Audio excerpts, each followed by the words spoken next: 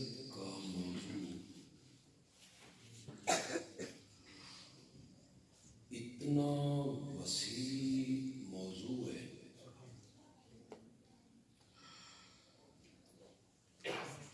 کہ اگر اللہ کسی شخص کو حضرت نوح جتنی عمر عطا کر دے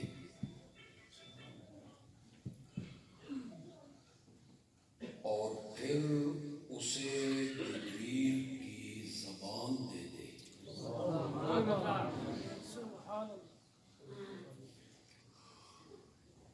اور وہ ساری زندگی اس موضوع کو بیان کرتا رہے تو میرے آقا کی سیرت کا موضوع مکمل نہیں ہو سکتا۔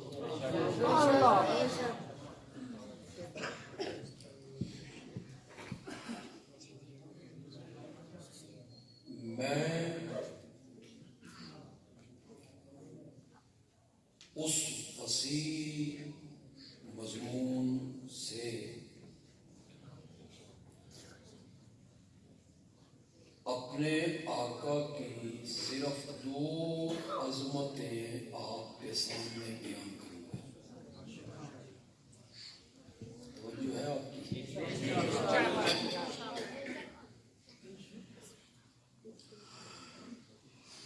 میرے آقا کی پہلی عظمت یہ ہے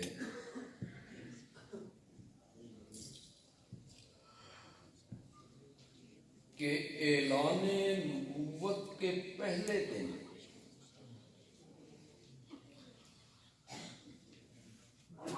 آپ نے اپنی نبوت کی صداقت پر کوئی معجزہ نہیں دکھایا۔ میرے لفظ آپ نے سن لی؟ کیا کہا ہے میں؟ خدا دا نام یہ کل ہی نہ رکھنا، ہم تو یاد الزامات کی زد میں رہنے والے لوگ۔ اعلان نبوت کے پہلے کہ میں اللہ کا نبی ہوں، کوئی معجزہ نہیں دکھایا۔ بعد میں میرے نبی نے بے شمار معجزے دکھائے۔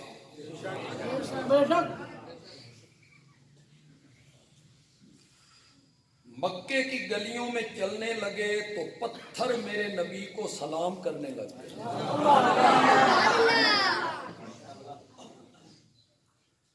وادی میں پہنچے تو جانور میرے نبی سے کلام کرنے لگے۔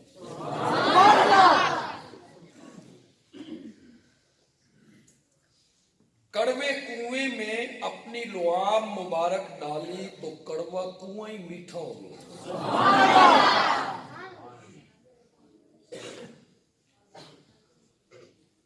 ابو جال کنکریاں مٹھی میں بند کر کے لایا، کہتا ہے بتا میری مٹھی میں کیا ہے؟ پنجابی تو آپ سمجھتے ہیں کہ خیبر پختونخوا دا بیٹھو تے نیمن پر دعاواں دیندے رہو، لیکن ہم خیبر پختونخوا جائیں تو یہ پشتو ضرور بولتے ہیں۔ بتا میری مٹھی میں کیا ہے؟ اسے علماء بیان کرتے ہیں، خطیب بیان کرتے ہیں، ذرا میرا رنگ بھی دیکھو۔ میرے نبی نے کہا میں دساں کہ تیری مٹھی میں کیا ہے، یا مٹھی والی چیز خود بتائے کہ میں کون ہوں؟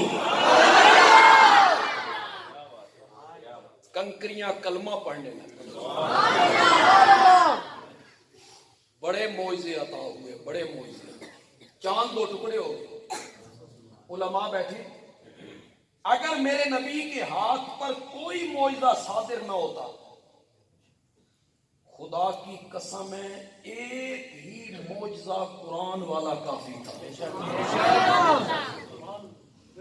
اس جیسا معجزہ کوئی ہو سکتا ہے؟ ساری زندگی کسی مدرسے میں نہیں گیا، کسی مکتب میں نہیں گیا، سکول میں نہیں گیا، قلم دوات تختی کبھی ہاتھ میں نہیں پکڑی، اپنا نام لکھنا نہیں جانتا، اس سے پہلے کلام کبھی نہیں کیا، خطابت کبھی نہیں، امی، اس کی زبان سے اچانک ایسا کلام نکلنے لگا جس نے عرب کے شاعروں کو چیلنج کیا، فاتو بصورت من مثلہ۔ یہ ایک ہی معجزہ کافی، بے شمار معجزے آپ کے ہاتھ پہ صادر ہوئے۔ کہنا یہ چاہتا ہوں کہ اعلان نبوت کے پہلے دن کہ میں اللہ کا نبی ہوں، اس دن چاند 2 ٹکڑے کر کے نہیں دکھایا، اس دن کوئی معجزہ نہیں دکھایا۔ میرے نبی کی پہلی عظمت یہ ہے کہ اعلان نبوت کے پہلے دن اپنی نبوت کی صداقت پر میرے نبی نے اپنی گزری ہوئی زندگی کی پاکیزگی کو پیش کیا۔ یہ میرے نبی کی پہلی عظمت۔ مکے والوں کو بلایا، پھر پہاڑی پہ چڑھ کے کہا تم میں میرے بچپن کے یار موجود ہیں،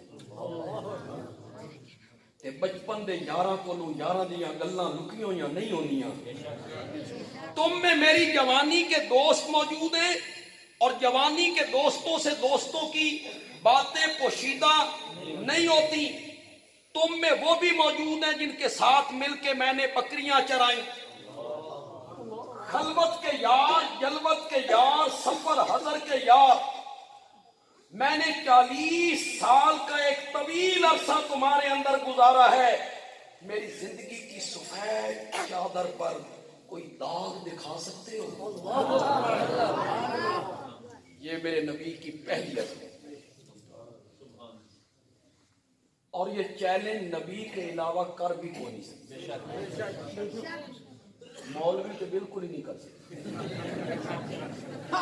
میں بھی ان میں شامل ہوں، پیر، ولی، مفسر، محدث،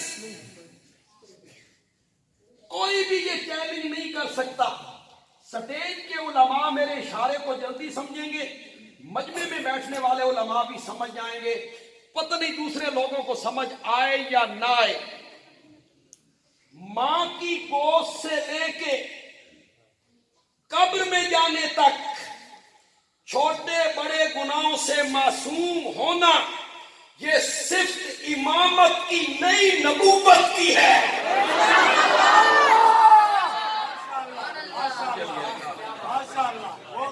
امامت کی نہیں ہے، یہ صرف امام کی نہیں نبی کی ہے۔ اور اگر تو بضد ہے، اگر تجھے ضد ہے کہ امام بھی معصوم ہوتے ہیں، تو پھر بندیالوی پوچھنا چاہتا ہے تیرے ایک امام نے نہیں، 2 اماموں نے معاویہ کے ہاتھ پر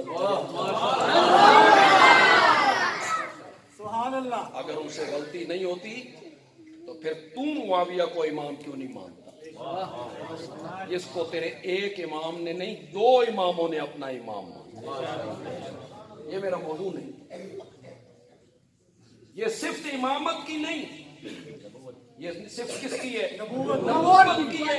اور نبوت کی پیٹھ پر بھی رب کا دست شفقت ہوتا ہے، رب اسے بچا رہا ہوتا ہے۔ اور اگر میں یوں کہوں تو غلط نہیں ہوگا، ہر بندے کو اللہ خطاب کر کے کہتے ہیں گناہوں دے نیڑے نہیں جانا۔ مولانا، پیر صاحب، مفسر، محدث، فقیر، مفتی، گناہوں دے نیڑے نہیں جانا۔ اور جب نبی کی باری آتی ہے اللہ انداز بدل دیتا ہے۔ اللہ اس وقت یہ نہیں کہتا او میرے نبیوں تو تسا گناہاں دے نیڑے نہیں جانا نا. اس وقت اللہ کہتا ہے او گناہو تسا کان کھول کے سنو, تسا میرے نبیاں دے نیڑے نہیں جانا. اس پر میں کئی دلیلیں پیش کر سکتا ہوں. کذالک لنصرف عنہ السوء والفحشاء. 7 کمروں میں بند, دروازے بند, کھڑکیاں بند, روشن دان بند, تالے لگے ہوئے, چابیاں زلیخا کی جیب میں, اور وہاں جا کے کہتی ہے طلاق. یوسف اتھے ویکھن والی اکھ بھی کوئی نہیں, روکن والا ہاتھ بھی کوئی نہیں, دسن والی زبان بھی کوئی نہیں. سارا مصر دا حسن میرے پیچھے تے میں تیرے پیچھے. میں تجھے دعوت گناہ دیتی ہوں. سارے موانے اٹھ گئے. یہ لفظ تھوڑا جا مشکل ہو گیا. موانے, رکاوٹیں. ہوں تو سمجھ آ موانے کا کیا میں, ساری رکاوٹیں اٹھ گئی. تنہائی, خلوت, کوشش مرد نے نہیں کرنی, خود عورت آگے بڑھ رہی ہے. پھر ادھر یوسف کی جوانی, 4000 مردوں کے برابر قوت. پھر یوسف کا تجرب. پھر مشکل لفظ نکل گیا. تجرب آتے کنوارے ہوں گے. شادی شدہ ہو نا بچ جائے تو کہتے ہیں گھر بیوی جو بیٹھی. پھر یوسف کا تجرب, پھر یوسف کی جوانی, پھر یوسف کی قوت. الگ کمرہ, دعوت عورت دے رہی ہے, دیکھ کوئی نہیں رہا, اور اس بند کمرے میں یوسف آسمان کی طرف اور چھت کی طرف نگاہیں اٹھا کے کہتا ہے معاذ اللہ. قرآن نے جب اس کو بیان کیا تو کیا کہا, کذالک لنصرف عنہ السوء. ہم نے یوسف کو بے حیائی سے, یوسف کو برائی سے, یوسف کو گناہوں سے ہٹا دیا. نہیں کرو مانا جتنے علماء اور طلبہ بیٹھے ہو. کذالک لنصرف عنہ السوء والفحشاء. یوسف اتھائی کھلوتا رہا, اسا گناہ من پرے ہٹا.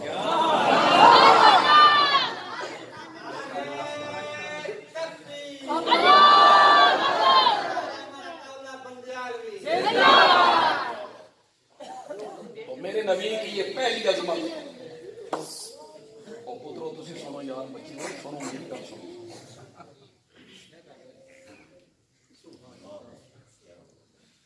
سمجھ آ رہی ہے آپ؟ اتنی زندگی میرے نبی کی پاکیزہ ہے کہ اللہ قرآن میں کہتا ہے لعمرو کا, مجھے تیری زندگی کی قسم ہے. اتنی پاکیزہ تو ہے نا, مجھے تیری زندگی کی قسم ہے. یہ جو عربی زبان ہے یہ بڑی فصیح زبان ہے. اردو اس کے اگے بالکل یتیم. عربی میرے نبی کی زبان, بڑی فصیح زبان. پنجابی نا پنجابی, اس میں پھر فصاحت ہے, بڑی بلاغت ہے پنجابی میں, فصاحت ہے. لعمرو کا, تیری زندگی دی سو میں, زندگی دی سو میں. اور میری جماعت کے شیخ حضرت شیخ القرآن مولانا غلام اللہ خان رحمت اللہ علیہ کے تفسیر کے استاد مولانا حسین علی بھی رحمت اللہ علیہ کہتے ہیں یہ جملہ قسمیہ نہیں, یہ جملہ دعائیہ ہے. یہ جملہ قسمیہ نہیں, جملہ دعائیہ ہے. مانا کریں گے آپ کو لطف آ جائے گا. لعمرو کا, انشاءاللہ جیندہ رہنے میرا سونا پیغمبر ہے. انشاءاللہ جیندہ رہنے میرا سونا پیغمبر. اتنی پاکیزہ زندگی ہے میرے نبی کی, آپ نے مکے میں گزاری. قوم کہتی ہے جربنا لک مرارا ما رأینا فیک الا صدقا. آمنہ کے جائے ہم نے بارہا تیرا تجربہ کیا، ہم نے تجھے ہمیشہ سچے ہی پایا ہے۔ بس ایک عظمت میں نے بیان کر لی، دوسری کر لی، اس کو تجھے اندازہ لا لیا کتنی لمبی تقریر کر، ورنہ تو آپ کہتے ہیں میں مولوی مہک کے آ جائے تو جان نہیں چھڑتا۔ توجہ ہے آپ کی؟ دوسری عظمت میں بیان کرنے لگا ہوں، لیکن اس سے پہلے مجھے تھوڑا سا پس منظر بیک گراؤنڈ وہ آپ کے سامنے رکھنا ہوگا، پھر آپ کو سنتے ہوئے مزہ آئے۔ ذرا غور سے سنیے میری بات۔ بندہ جتنا بھی مشہور ہو جائے، باہر اس کا بڑا احترام ہو، خطیب صاحب ہیں، نعت خان ہیں، قاری صاحب ہیں، علامہ ہیں، لیڈر ہیں، قائد ہیں، پیر ہیں، لوگ گھٹنوں کو ہاتھ لگاتے ہیں، چومتے ہیں، باہر بندہ جیڈا بھی اونچا ہو جائے بیوی نہیں منگتی۔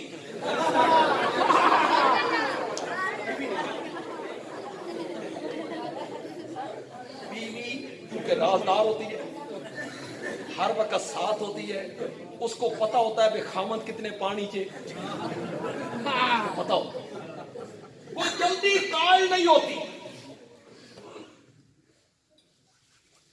وہ ایک لطیفہ ہے نا کہ ایک پیر صاحب تھے، باہر بڑا احترام ہے، بڑی عزت ہے، لوگ ہاتھ چومتے ہیں، گھٹنوں کو ہاتھ لگاتے ہیں، حضرت جی حضرت جی حضرت جی ہوتا ہے، اور بیوی کے پاس جاتے ہیں، کہتے ہیں اتنا میرا احترام ہے، مرید ہیں، بیوی ہے یہ کھلو میں نہیں جانتی تو کی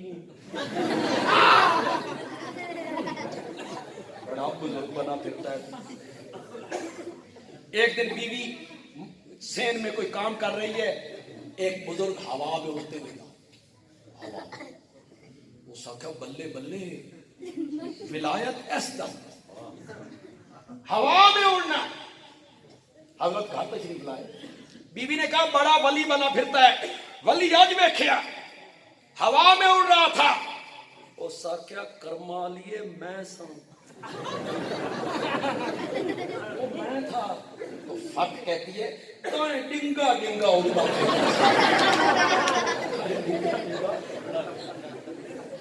اور بدل گئی۔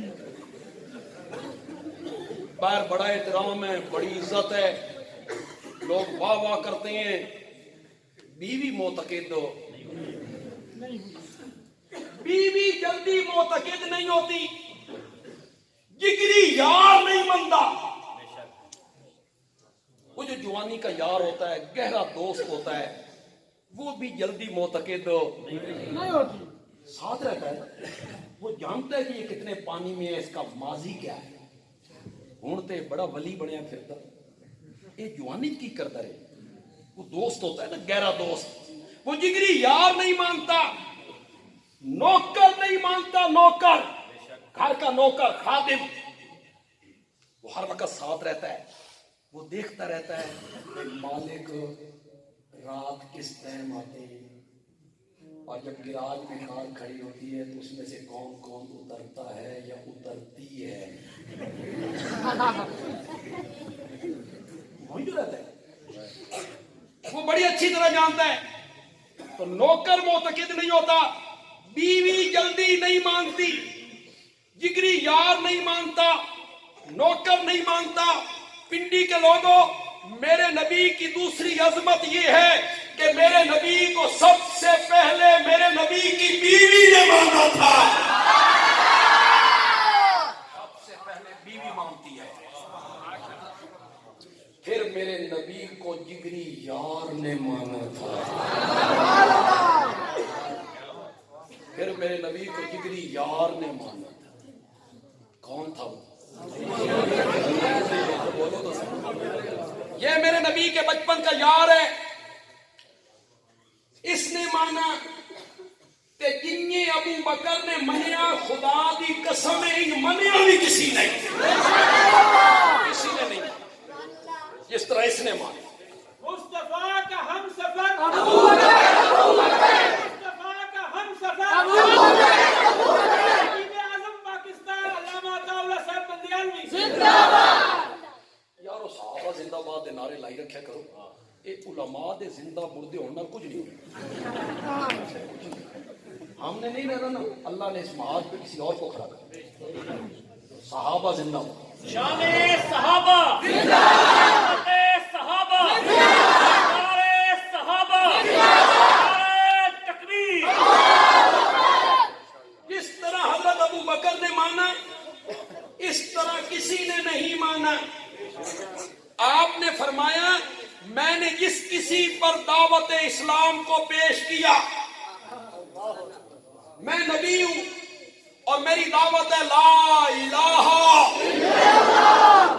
اس دعوت کو ماننا آسان نہیں تھا. 360 معبودوں کے گلے پہ چھری رکھنی تھی, باپ دادا کے مذہب سے بغاوت کرنی تھی.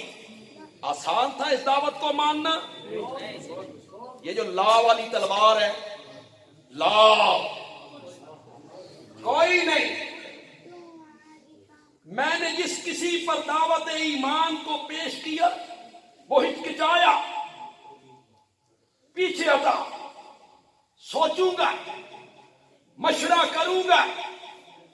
علماء کرام آپ کے لیے کہہ رہا ہوں, بابا سے پوچھوں گا پھر کلمہ پڑھوں گا.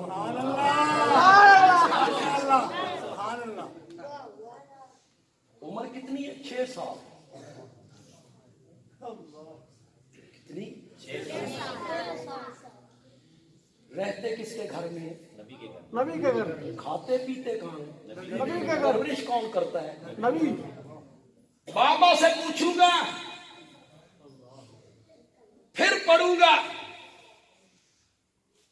میں نے جس کسی پر ایمان پیش کیا وہ ہچکچایا, پیچھے ہٹا, مشورہ کروں گا, سوچوں گا. تیل دیکھو, تیل کی دھار دیکھو, بابا سے پوچھوں گا پھر کلمہ پڑھوں گا. اس دھرتی پر صرف ایک آدمی ہے, میں نے اس پہ دعوت ایمان کو پیش کیا, اس نے نہ معجزہ مانگا, نہ نشانی مانگی, نہ مہلت مانگی. بابا اس کا بھی زندہ تھا.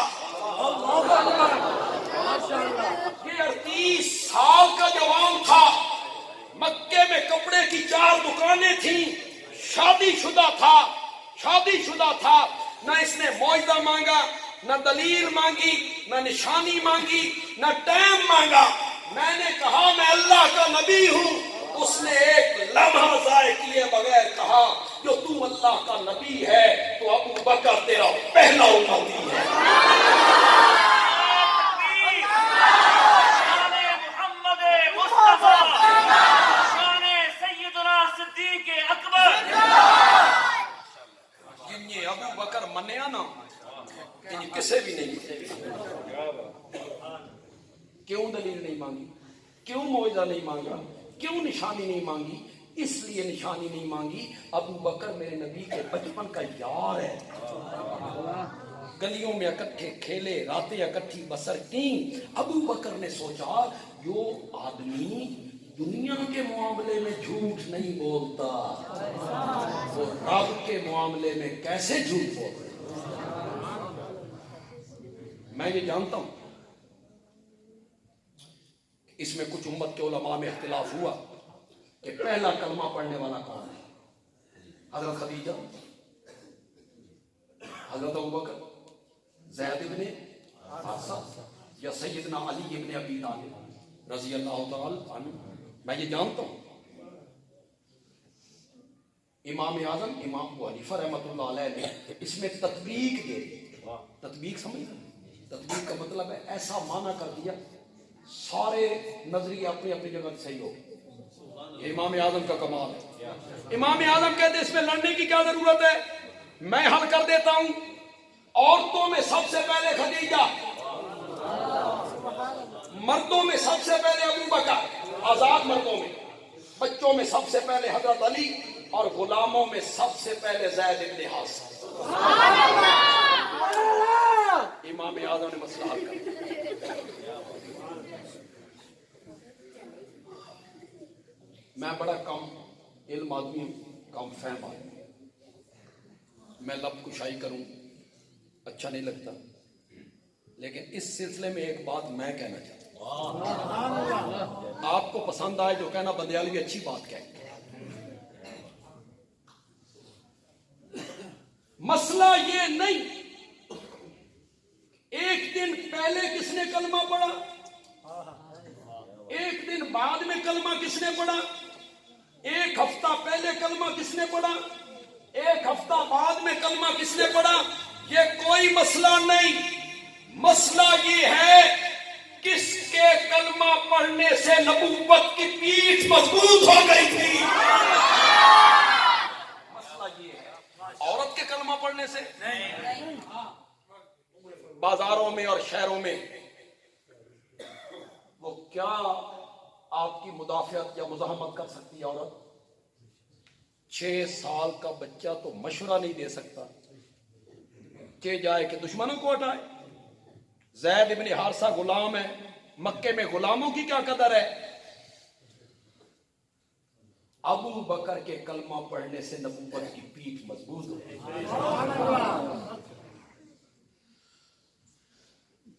ہمارے مدارس میں جو گرامر پڑھائی جاتی ہے، صرف جسے ہم کہتے ہیں، اس میں ہم پڑھاتے ہیں طالب علموں کو ایک فعل لازم ہوتا ہے، ایک فعل متعدی، ایک فعل لازم، ایک فعل متعدی. بندیالوی کہتا ہے سارے صحابہ کا ایمان لازم تھا، ابو بکر کا ایمان متعدی تھا. یہ کلمہ پڑھنے کے بعد گھر نہیں بیٹھا نا، یہ کلمہ پڑھنے کے بعد باہر نکلا، حضرت عثمان نو نار لا کے لے آیا. یہ پھر گیا حضرت طلحہ کو لے آیا، یہ پھر گیا حضرت زبیر کو لے آیا، یہ پھر گیا عبد الرحمن بن عوف. آپ یہ سن کر حیران ہو جائیں گے، وہ 10 صحابہ جن کو میرے نبی نے نام لے کر جنت کی بشارت دی ہے، ان میں سے 6 صحابہ ابو بکر کی تحریک پر مومن بنے. ابو بکر کا ایمان متعدی ہے، ان کے ایمان لانے سے نبوت کی پیٹھ کیا ہو گئی تھی. آج ان پر الزام لگاتے ہو، فتوے لگاتے ہو، کفر تک کے فتوے لگاتے ہو. کس بنیاد؟ فتق کی بنیاد کہ سیدہ گئی تھی،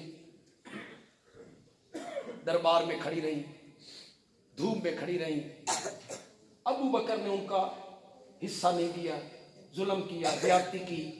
اور لوگوں، اور پڑھے لکھے لوگوں، بولو وراثت صرف بیٹی کو ملتی ہے یا بیویوں کو بھی ملتی ہے؟ بیویوں کو بھی ملتی ہے. کہ حضرت ابو بکر نے اپنی دھی دے چھڑیا سی؟ نہیں. بیویوں کو دے دیا تھا وہ حصہ، بیٹی کو نہیں دیا، بیویوں کو دے دیا تھا. اور سنو، تم کہتے ہو کہ ابو بکر نے یہ حصہ سیدہ کو نہیں دیا، ظلم کیا. آپ کے پنڈی میں جس آدمی نے حضرت ابو بکر پہ تبرہ کیا اس کی وجہ یہی بیان کی، فدق، سیدہ پہ ظلم. بندیالوی پوچھنا چاہتا ہے، چوتھے نمبر پہ حضرت علی خلیفہ بنے، اقتدار ان کے پاس آیا، حکومت ان کے پاس آئی، خلافت ان کے پاس آئی، امامت ان کے پاس آئی، فوج ان کے پاس، پولیس ان کے پاس، بیت المال ان کے پاس. بولو دنیا کا کوئی بندہ ثابت کرے کہ حضرت علی نے اپنے دور خلافت میں فدق کا وہ باغ فاطمہ کے وارثوں کو لوٹایا؟ کرو ثابت. لوٹانا چاہیے تھا کہ نہیں؟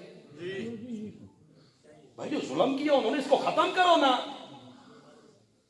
حضرت علی کو چاہیے تھا کہ فاطمہ کے وارثوں کو وہ حصہ دیتے. دنیا کی کسی کتاب سے تو ثابت نہیں کر سکتا، اور میں ثابت کر سکتا ہوں کہ حضرت علی کو جب کسی نے یہ کہا کہ فدق فاطمہ کے وارثوں کو واپس ہونا چاہیے، تو حضرت علی نے کہا تھا فدق کے معاملے میں وہی فیصلہ کروں گا جو ابو بکر و عمر کر چکے.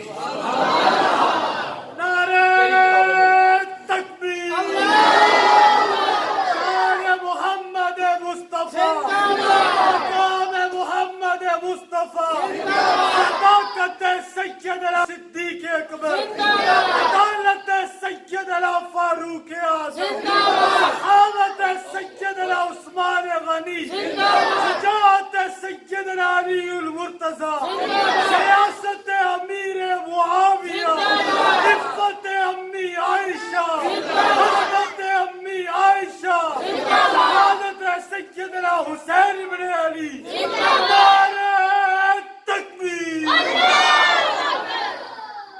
میں حیران ہوتا ہوں بعض اوقات یہ جو نوجوان لوگ ہیں ہمارے یہ متاثر ہوتے ہیں اس سے، سیدہ گئیں، ظلم ہوا، دروازے پہ کھڑی رہیں، خاتون جنت چند کھجوروں کے لیے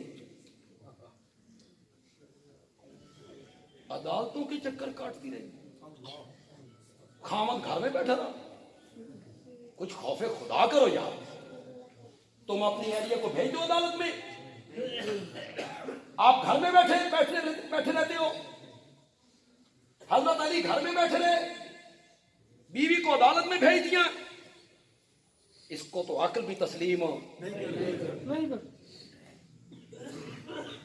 پھر جب تم صحابہ کے متعلق کچھ نہیں کہہ سکتے ہو تو پھر قرآن کا سہارا لے کے کہتے ہو وہ جو منافقوں والی رہتے ہیں وہ بھی تو کلمہ پڑھتے تھے، وہ بھی تو ایمان کا دعویٰ کرتے تھے، وہ سارے منافقوں والی آتے ہیں ان پہ فٹ ہوتے ہیں۔ حضرت ابو بکر، عمر، عثمان، طلحہ و زبیر، ان پر وہ آیتیں فٹ کرتے ہو۔ سورۃ توبہ میں اللہ نے منافقوں کی عادات کا ذکر کیا، پڑھو۔ والمنافقون والمنافقات بعضهم منافق مرد، منافق عورتیں، سب ایک جنس سے ہیں، سب کا کام اسلام کی مخالفت کرنی ہے۔ آگے ان کی عادات کا ذکر کیا، گناہوں کا حکم دیتے ہیں، منافق نیکی سے منافق، یکبضون ایدیہم، اللہ کی راہ میں مال خرچ نہیں کرتے، ہاتھوں کو بند رکھتے ہیں۔ یہ منافقوں کی خصلت قرآن نے ذکر کیا۔ نوجوانوں غور سے سنو، منافقوں کی خصلت کا ذکر کیا، یکبضون ایدیہم، ہاتھوں کو بند رکھتے ہیں، کنجوس ہیں، بخیل ہیں، خرچ نہیں کرتے۔ منافق وہ ہوتے ہیں جو بخیل اور کنجوس ہوتے ہیں۔ ابو بکر نے تو سارے گھر کا مال راہ خدا میں لٹا کے رکھ دیا۔ تو کیسے کہتا ہے کہ منافقوں کی آیتیں ان پر فٹ ہوتی ہیں؟ منافقوں کی خصلت تو دیکھ جو قرآن نے بیان کی ہے، سارے گھر کا مال۔ اس دن حضرت عمر بڑے خوش تھے، دوستوں کو دوستوں کا پتہ ہوتا ہے۔ حضرت عمر کو پتا تھا کہ آج کل ابو بکر کی مالی حالت تھوڑی سی پتلی ہے، تجارت اتنی اچھی نہیں ہے، اور میرے پاس آج کل بڑا مال ہے، ٹھیک ہے میری ہر موقع تے اگے نکل جانا، آج ویکھنے نا کنی اگا نکل کیسے پہلا نمبر لیتا ہے۔ حضرت عمر گھر آئے، سامان کو 2 حصوں میں تقسیم کیا، ایک بال بچوں کے لیے، ایک نبی پاک کی خدمت میں، ڈھیر لگ گیا مال کا۔ اتنے میں حضرت ابو بکر بھی آئے، مال تھوڑا سا ہے۔ حضرت عمر خوش ہو گئے کہ میں جیت گیا، میرا مال زیادہ ہے، اس کا حجم زیادہ ہے، ان کا مال کم ہے، لیکن میرے نبی کے سوال نے عمر کو پیچھے کر دیا، ابو بکر کو آگے کر دیا۔ میرے نبی نے یہ نہیں پوچھا عمر کتنا لائے ہو، ابو بکر کتنا لائے ہو، یہ نہیں پوچھا۔ میرے نبی نے پوچھا عمر گھر والوں کے لیے کیا رکھ کے آئے ہو؟ انہوں نے کہا آدھا مال گھر والوں کے لیے، آدھا آپ کی خدمت میں۔ ابو بکر تم، ابو بکر نے کہا مال منگے ہوئے یار، اور ابو بکر گھر میں رکھے، جھاڑو دے کے سب کچھ خدمت نبوی میں لے کے آ گئے۔ اور منافقوں کی خصلت قرآن نے کیا ذکر کی؟ یکبضون، کہ اپنے ہاتھوں کو کیا کرتے ہیں؟ بند رکھتے ہیں، کنجوس ہیں، اور یہ مال اٹھانے والے، یہ پیر روما، یہودی پانی بیچتا ہے، مسلمانوں کو قیمت نہیں دیتا. کون ہے جو آدھا کنواں خرید کر وقف کرے، اپنا حصہ عام مومنوں کے برابر رکھے؟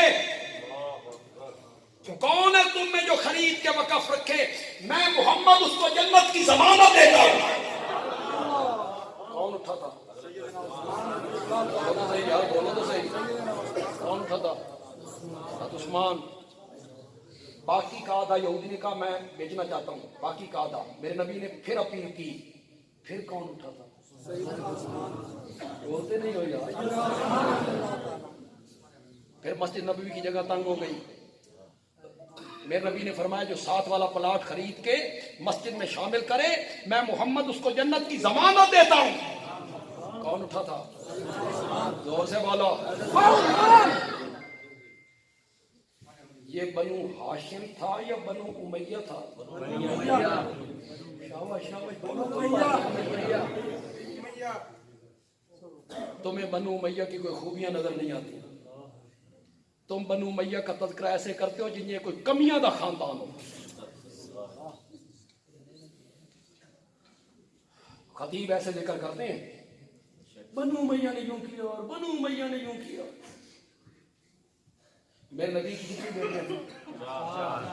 ایک بیٹی ہاشمیوں کو دی. 3 بیٹیاں کس خاندان میں بیائی تھیں؟ وہ جس کو گالیاں نکالتے رہتے ہو، جس کے متعلق بغض پالتے ہو اپنے سینے میں. میرے نبی نے 3 بیٹیاں اس خاندان میں بھی آئیں.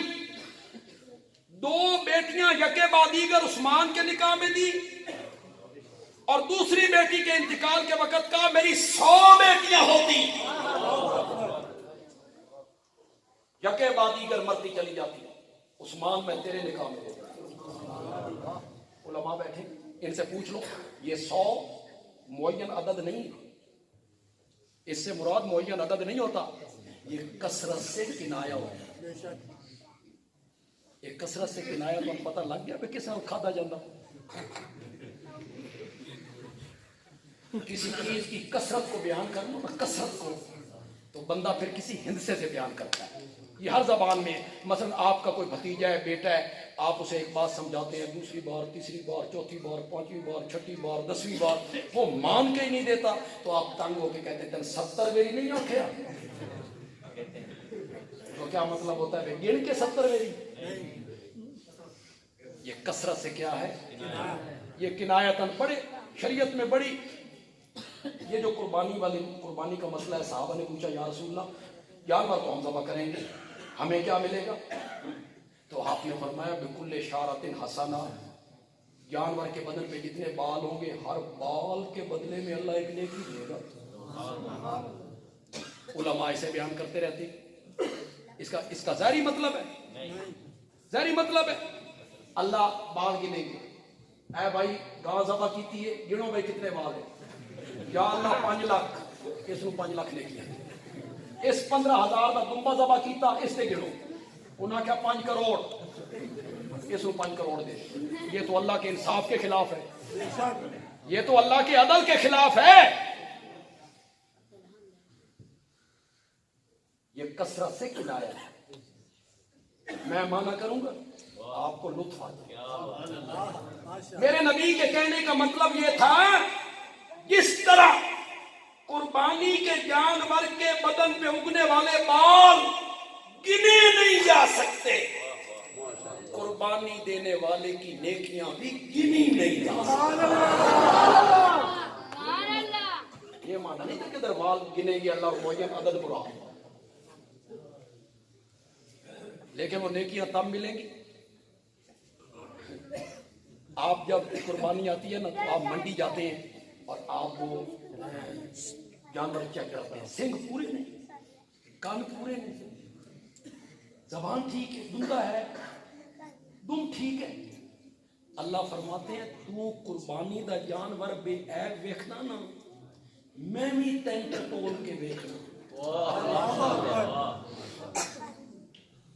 تیرے عیب تے کوئی نہیں. سبحان اللہ. تو ویکھنا بے جانور کانا تے نہیں، میں نہیں ویکھنا بے تو کانا ہے کہ نہیں، تو کانا تے نہیں. کانا کون ہوتا ہے؟ کانا وہ ہوتا جڑا 4 لاکھ دی گاں ذبح کرتا قربانی تے نماز نہیں پڑھتا،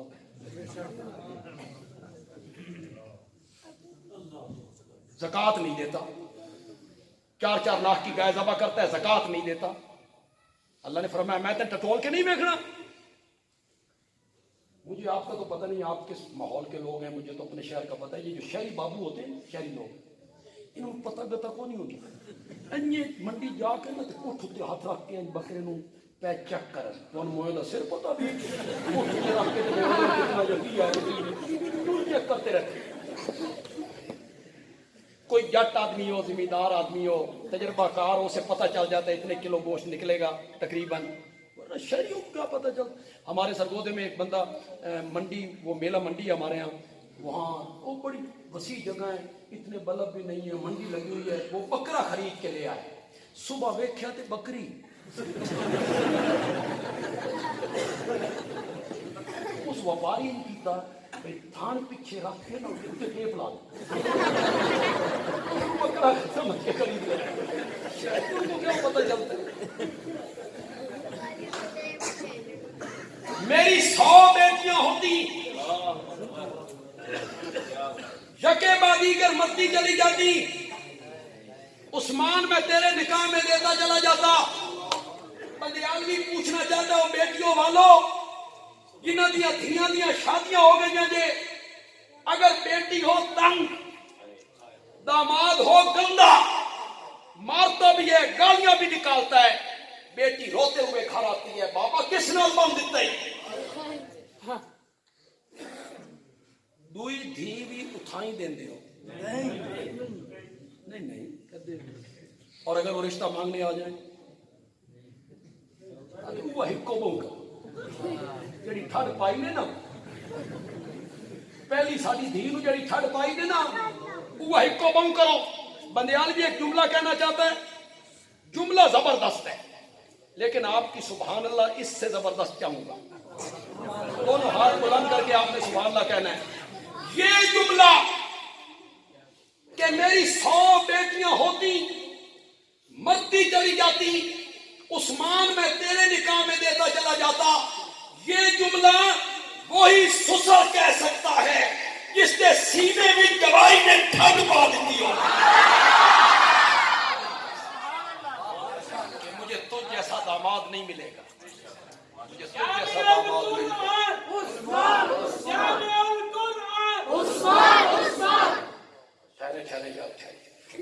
حضرت عثمان ناشر القرآن ہے، جامع القرآن خود نبی پاک صلی اللہ علیہ وسلم۔ یہیں سے تو جناب انہوں نے فائدہ اٹھایا دوسرے طبقے نے، حضرت عثمان جمع کیتا، اپنے مطلب دیا ہے وار دیتی ہیں، جڑیاں خلاف سن وہ بچوں، یہیں سے تو آپ نے موقع دے دیا ان کو۔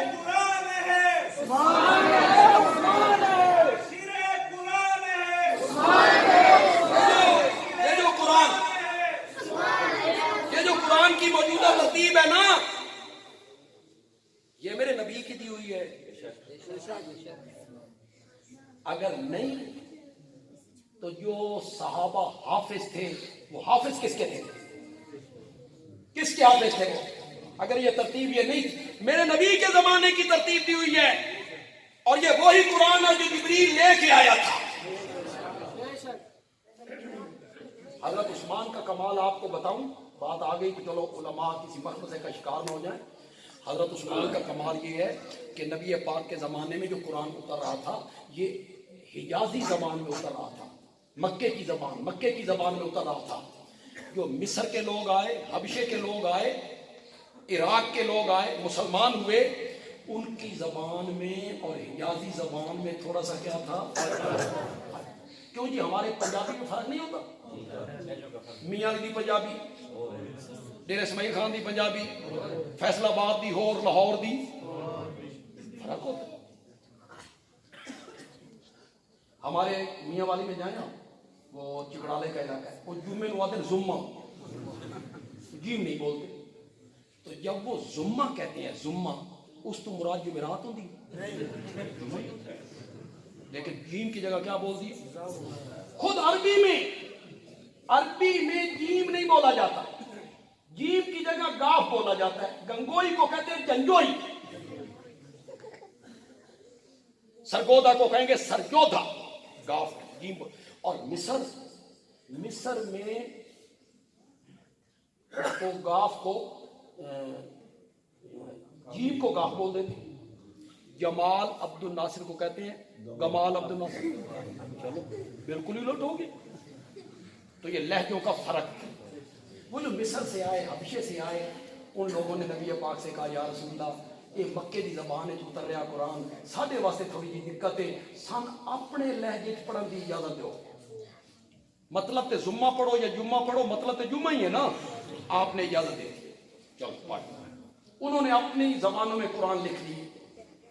حضرت عثمان نے سوچا ابھی تو ہم موجود ہیں، کچھ مدت کے بعد مصر والا قرآن کہیں پہنچے، حبشے والا قرآن کہیں پہنچے تو لوگ کہیں گے یہ کیا، یہاں گاف ہے، یہاں جیم ہے، یہاں فلانا لفظ ہے. حضرت عثمان نے یہ سارے قرآن جمع کیے اور امت کو حجازی لغت پہ جمع کر کے رکھ دیا. عثمان کا حجازی لغت پہ جمع کیا. اللہ اکبر. تم منافقوں والی عہدیں صحابہ پہ فٹ کرنے لگے ہو.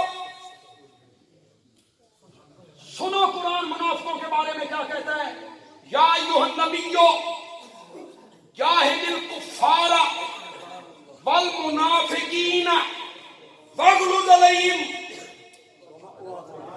کافروں سے جہاد کر، منافقوں سے جہاد کر، واغلظ علیہم ان پر سختی کر. میری بات کو غور سے سننا ہے، بس بالکل اختتام کی طرف جا رہا ہوں. میری بات کو غور سے سننا ہے، تب آپ کو لطف آئے گا. لطف آیا تو پھر سبحان اللہ کہہ دینا. ماواہم جہنم، کافروں کا ٹھکانہ جہنم ہے، منافقوں کا ٹھکانہ بھی جہنم ہے. قرآن کہتا ہے منافقوں کا ٹھکانہ جہنم ہے. بندیالوی کہتا ہے ابو بکر و عمر تو اس وقت بھی جنت میں ہے. کیسے منافقوں والی ہے کہ ان پر فٹ کرنے لگے ہو. ما بین بیتی و منبری روضۃ من ریاض الجنہ.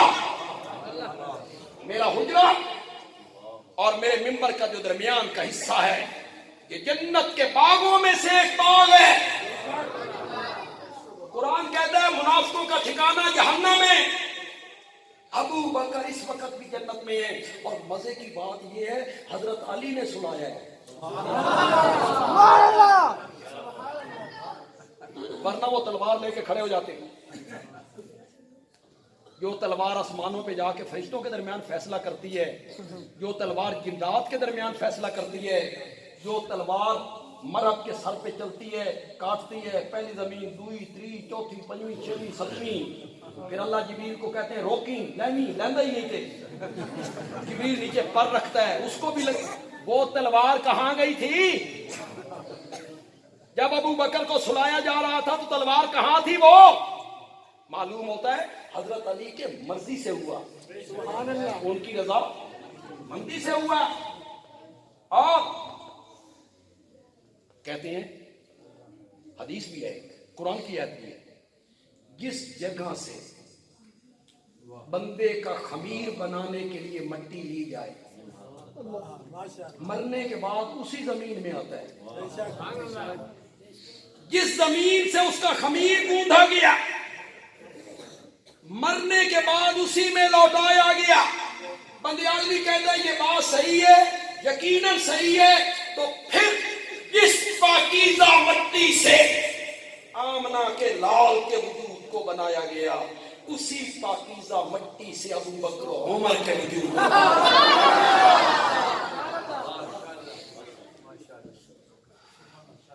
بس آخر میں ایک بات کہوں گا، ذرا آہستہ کہوں، جوش میں نہیں کہوں، لیکن آپ کی سبحان اللہ اسی طرح گرم رہنی چاہیے. میں جان کے ایسا کہہ رہا ہوں. کہتے ہیں شین، کہتے ہیں شین، کہتے ہیں کہ جہاں حضرت حسین دفن ہے اس سے 40 گز ادھر، 40 گز ادھر یا 40 میل ادھر، 40 گز اور 40 میل ادھر، 40 گز اور 40 میل ادھر، جو مردہ بھی دفن ہو جائے حضرت حسین کی برکت کی وجہ سے اللہ اسے معاف کر دیتے ہیں، بخش دیتے ہیں۔ بندیالوی کہتا ہے نواسے دی اے شان،